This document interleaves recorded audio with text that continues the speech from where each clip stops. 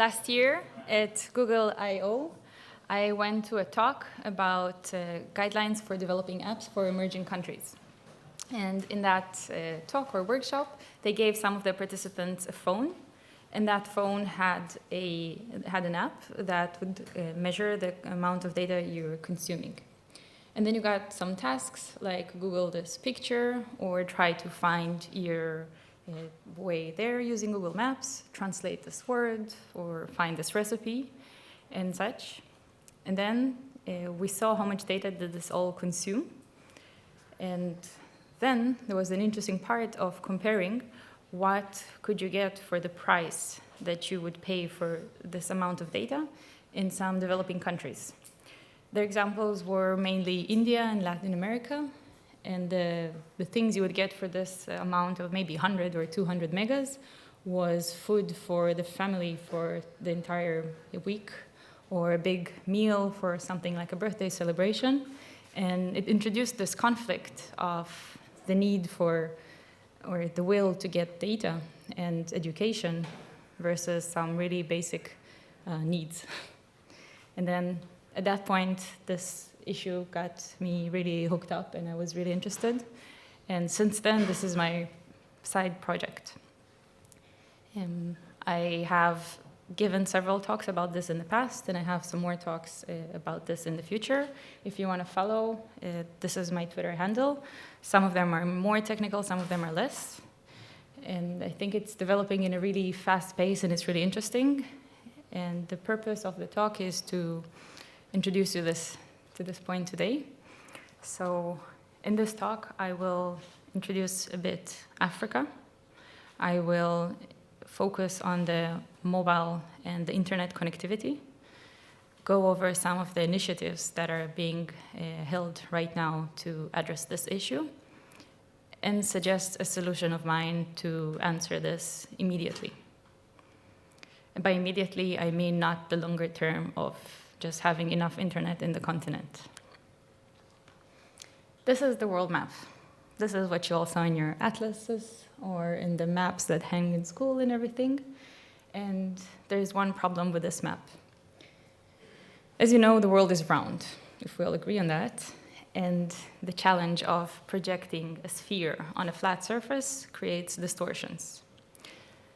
The distortion in this map, or in this projection, is stretching the north to be really big and the south to be really small. This is called the Mercator projection. This is a Gauss-Peters projection, and it gives you actually the correct area. So this is the Africa that we saw. This is Australia, which is actually huge. And this is Europe, and somewhere here we are.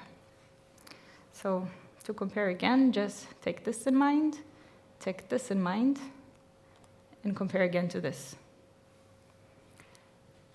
This does give the right shape of the land masses, and the reason that I'm guessing this is what we all know is that where all the printings and the decisions are being made is the upper hemisphere, and it looks kind of nicer here.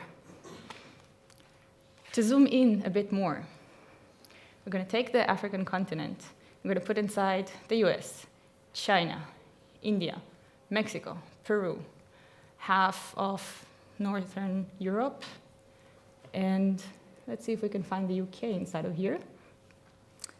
And cramming them all in still leaves some space. This is how big Africa is. And this may give you a wide more understanding why is it so hard to have enough internet there. The area you have to cover is huge. Let's look at some numbers. So the number of countries is roughly the same. And North America in this example is everything that is not South America. So Panama Tunnel and all the way up. Mexico, Nicaragua, all those countries are in. And even then, the number of people in both continents is roughly the same as in Africa. Yes, this is coming from Wikipedia. Yes, there may give or take a few numbers. This is roughly the right, let's say, proportion. The area, as we saw, is really huge. the density is actually okay. But one of the most interesting points is this.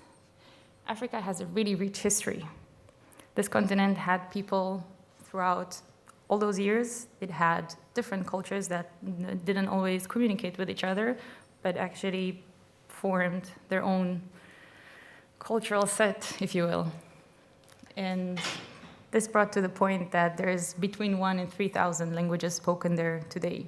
And spoken is actively spoken, not like Europe, where this count introduces languages like Latin, which is not really used. In Europe, you would need probably 30 languages, and this is good enough for you to step in the continent, let's say. North America, why is the number of languages depends? Because we can all agree you would need around 5 languages to get by in that area, but the number introduced here is around a few hundreds because it counts languages like Mayan, which is absolutely interesting and probably more vivid than Latin, but maybe not fitting our count here. So have this number in mind. I'm going to use it later, the slide, the presentation. Data consumption in 2015. So exabyte, who knows what's that? Not as much as I thought. Exabyte is a giga of gigas. This is 1,000 terabytes. This is the consumption of the continent in 2015 over landline. Roughly 100 times more than the consumption in Africa. Why is it roughly double than the consumption in North America? Because some parts of North America are actually not well, there's not enough connectivity there, like the big deserts in the middle and such. Wi-Fi is nicely only 10 times-ish more, and similar between Europe and North America. And then the nice part is that here, it's between half and a third, depends where you compare. Now, all those numbers I took from a Cisco prediction tool, and their predictions are that while Europe and North America will grow in 15, 20% until 2020, Africa will grow up to 40%. That's nice because the gap will get even smaller. Some of you may have done this math in your head by now. So the same consumption per person.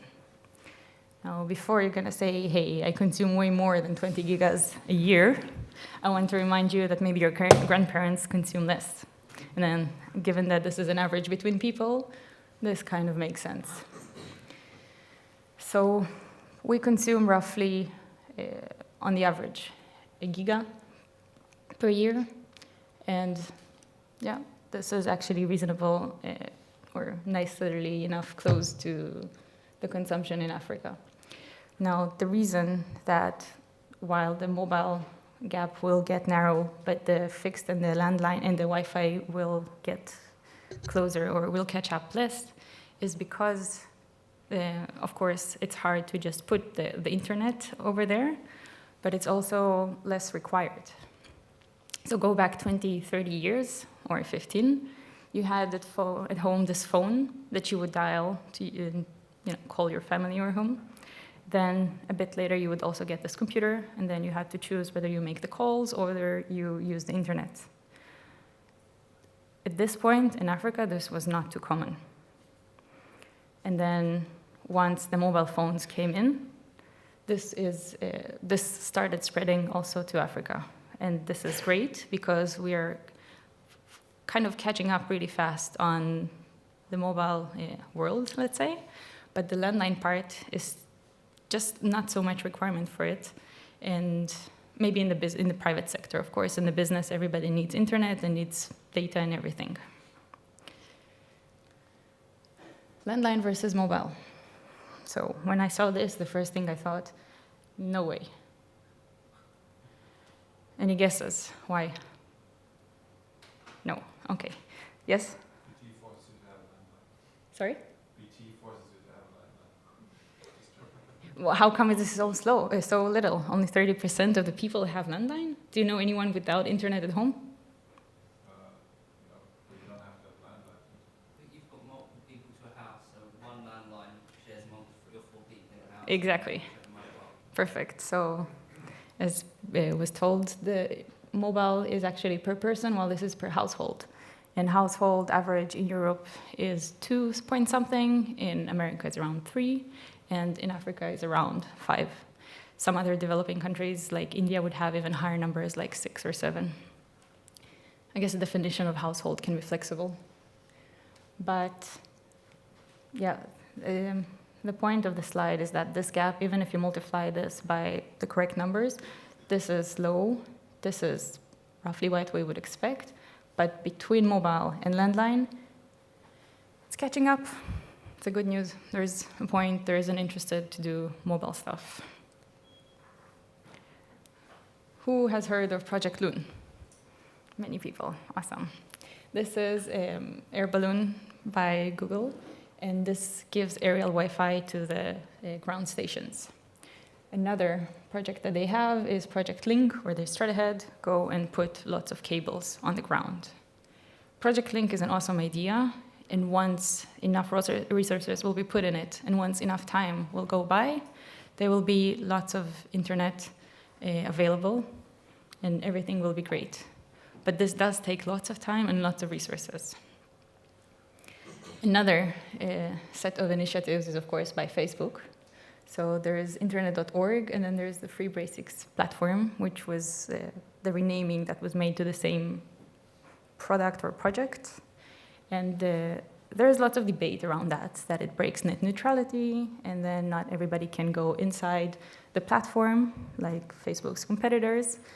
But it's also a good project because it allows accessing all kinds of websites, like Wikipedia, for example, in a way that doesn't consume lots of data. So this is a project that is run by Facebook in collaboration with Vodafone and with Ericsson and other companies.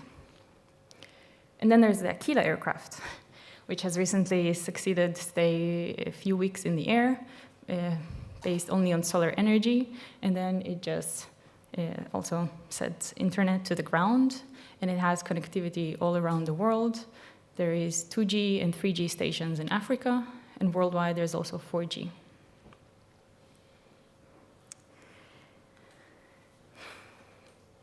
The mobile devices that are popular around the world are those. And before I continue, I want to focus on feature phone. Who does not know what is a feature phone? Some doubts. So you can say roughly that this is any cell phone that is not a smartphone. So you're most likely not to have apps and things like this there, but it is a cell phone. This is a global median. Roughly half of the people in the world would have a smartphone. Roughly half would have a feature phone. And then, as we expect, all the more developed countries do have their smartphone, and few people have a feature phone.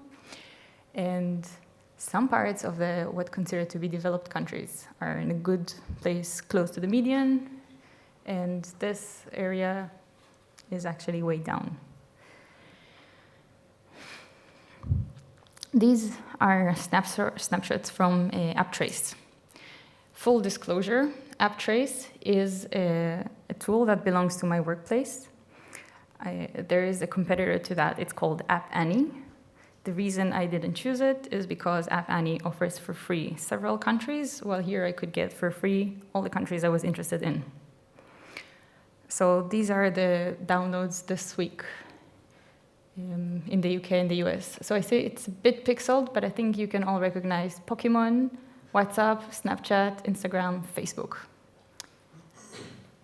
And it goes throughout the different stores and the different countries. The next two slides, the next slide will be app stores of Congo and Nigeria. I want you to take a second to guess what will you see there. What's that? That's a guess, yeah? Uber. There you go. So this is Congo, the App Store, the Play Store. To our big surprise, there's again Facebook, Instagram, WhatsApp. This is Facebook Lite, Viber, which actually consumes lots of data. And then this app, which was one of my biggest surprises in this research. The cover is a Bible book. And what the app does is it reads out verses for you. Other apps are, of course, there was Google Maps somewhere, I think I saw. No. Well, Snapchat and such, yeah. Now, I can say that roughly, it's actually pretty similar. Now, the App Store, I can claim, maybe not always, that this would be a bit more data consuming than these ones. So the App Store in comparison to the Play Store. And my biggest argument to explain that would be the fact that if you can afford an iPhone, you probably can afford the data. But given that, looking at the last slide, at the previous one with the devices, many of the people actually don't use the apps that are in the App Store. They either use APK or some alternative app stores, or how they should be called, I'm not sure. And it's not necessarily giving you a correct image of everything that is going on.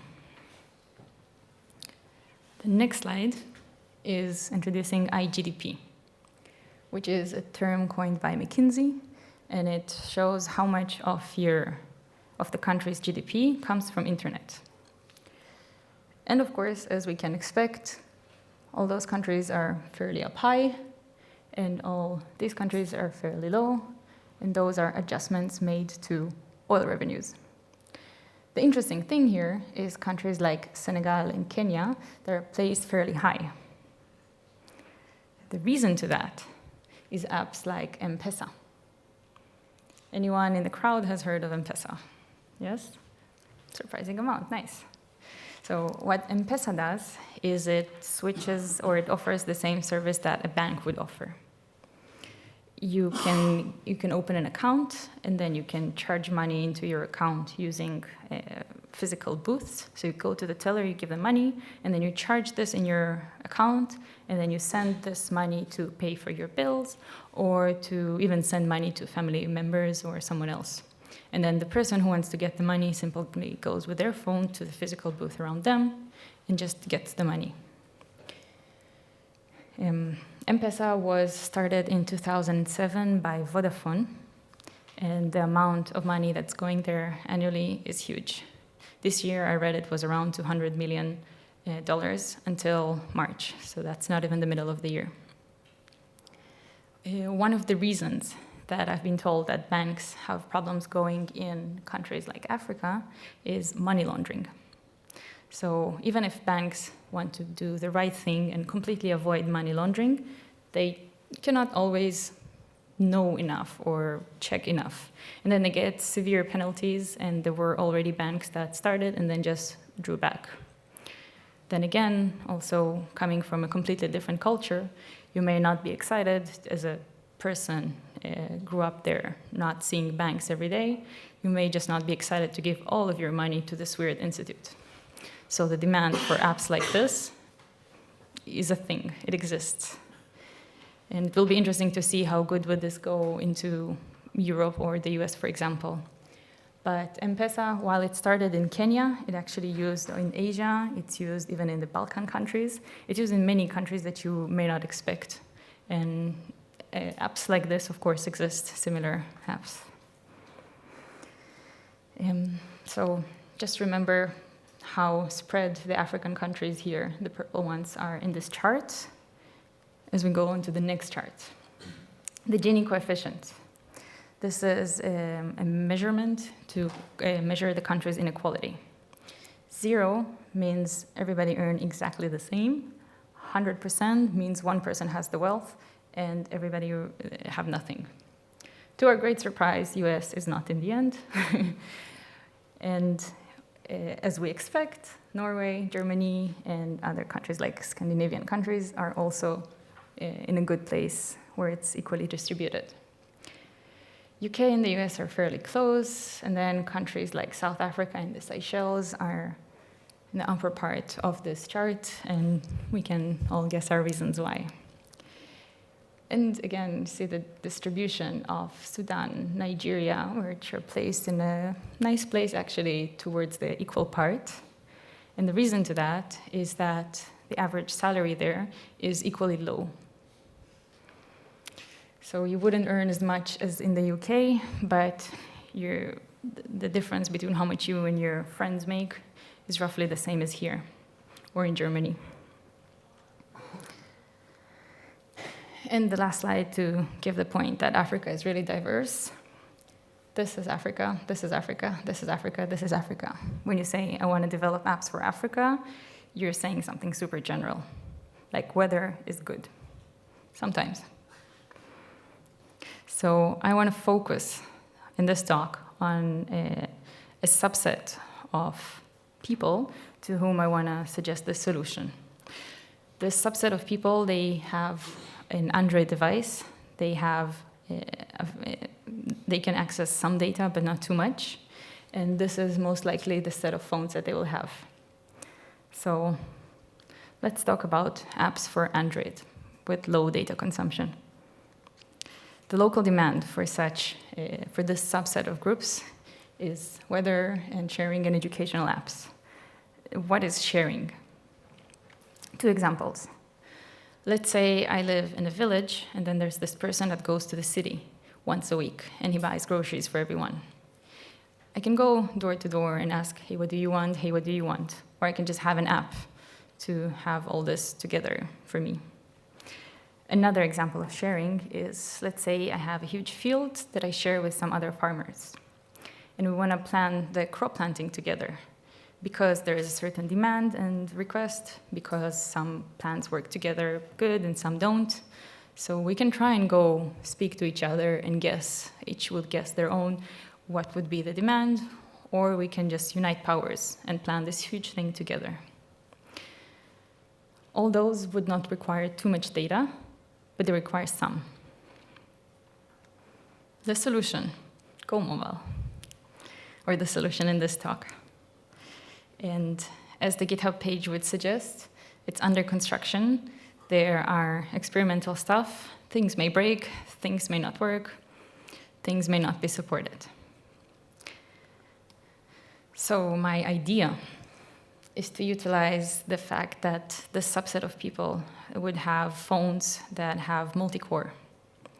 And the parallelism in Go is great. And you can use Go Mobile to transfer this parallelism into your smartphone. And by doing that, you can compress the data of the app that would have used otherwise more data, and allow you to use the apps basically with less data. You can think of it as something similar to Ivy. You take the huge computational power of the phone, and you just use the mobile app to make it real quick thinking for you. Native apps and hybrid apps, or as those who saw the GopherCon talk last year by Hannah, SDK. The use of native is, of course, you use the native language, so you have Objective-C or Java, or in our case, it's going to be Go and OpenGL. In hybrid, you use whatever you need, and you use a wrapper. Or in our case, you just make a package and put it in your app.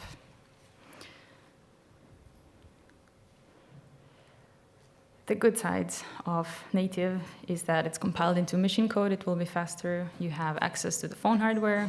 Animations, if you're going to use them, are fast. And the good parts of hybrid is that it's easier to do, because if you already develop apps for iOS, say, and you know Swift really well, you just need to have your library in Go, and you're ready to go. And of course, you can do this for iOS and Android and reuse. The downsides of it. So I guess it's not new to anyone who was looking at Go Mobile, but for native, there's not a lot of support right now. So the amount of things you can do is fairly limited. And if you want to have UI, good luck. And the hybrid downside is, of course, that it's actually slow. And you don't have all the Go types supported, and then it depends on your native browser, and not everything is available for you.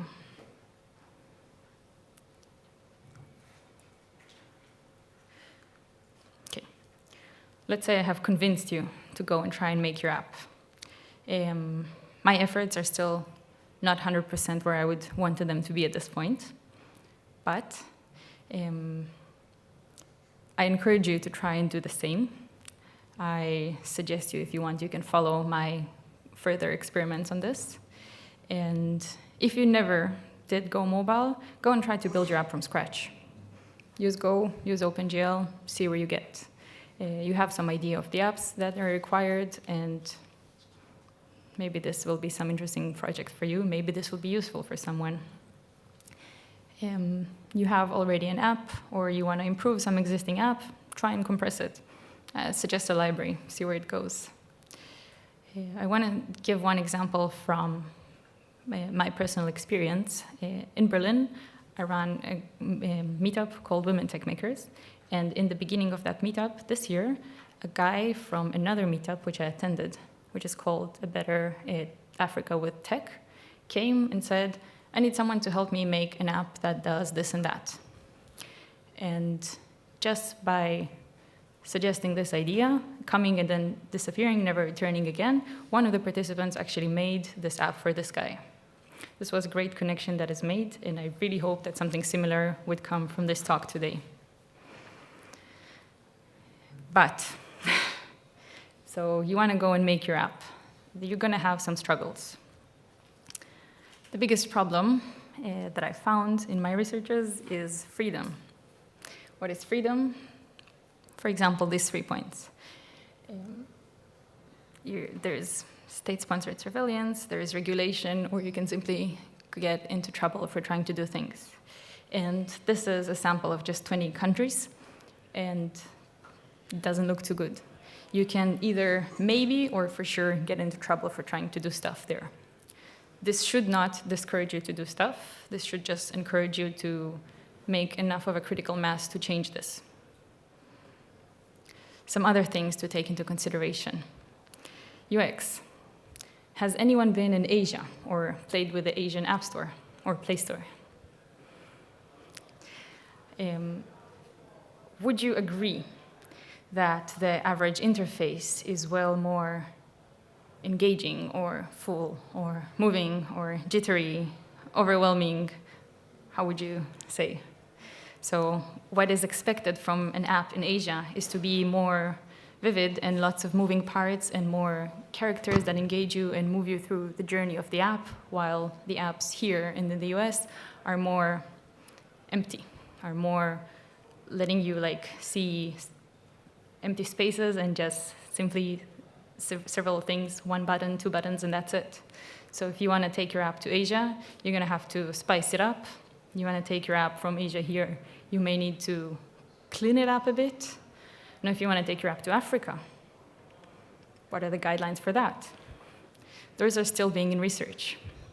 Now, there's one of the things that I did say in those guidelines is you should prefer symbols over words. Even that is a challenge, because you had at home in your grandparents this phone that looks like this symbol in your app interface that looks like the phone. Not everybody would recognize this symbol. What is the solution to that? Another challenge is the localization. Do you remember how many languages are there in Africa? How are you going to handle this? You're going to take many translators. You're going to focus just on a few languages. So I can tell you that focusing on the official languages is generally a bad idea. Because even if you take a country where the official language is English, French, and 2 more, it's not enough, because maybe 15% of the population actually speaks English and French. But you want to accommodate more people than that. Good luck. And yes, different norms, different things that are expected in different places, those things would be probably more easy to find. And these are the main points to take in consideration. You can, of course, find more online.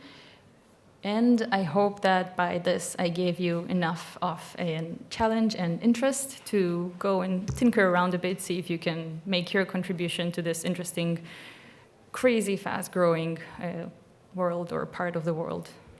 And Go Mobile is maybe still raw, but it can go to really awesome places. And you should help that. And this is my Twitter, and this is the hashtag I like to use for this talk. And you're very welcome to follow. Thank you.